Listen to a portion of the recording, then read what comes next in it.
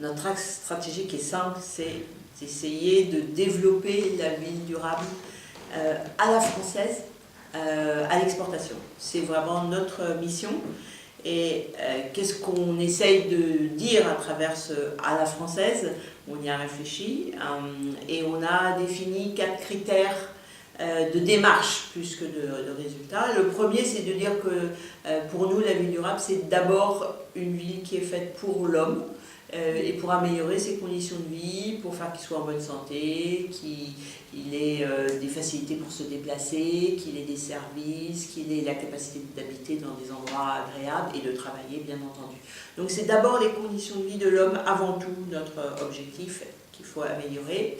Ensuite, c'est une ville performante écologiquement parlant, donc on y est peu consommateur de ressources naturelles, peu consommateur d'énergie, on ne gaspille pas l'eau, on ne pollue pas le sol, etc.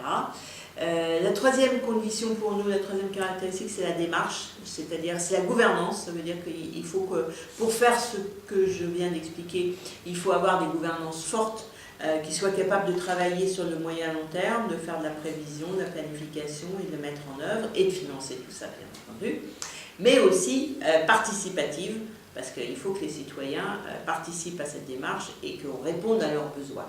Et la dernière caractéristique, ça consiste simplement à dire qu'on n'a pas de modèle, et que donc tout ce que je viens de vous dire, ça s'appliquera très différemment selon la ville, selon le pays, selon le climat, la culture. On ne fera pas la même chose en Chine et en France. Et tout le travail, c'est ça, c'est de trouver les bonnes solutions avec les démarches et les objectifs que je viens de dire pour l'homme et pour l'environnement, mais adaptés à la situation de chacune des villes.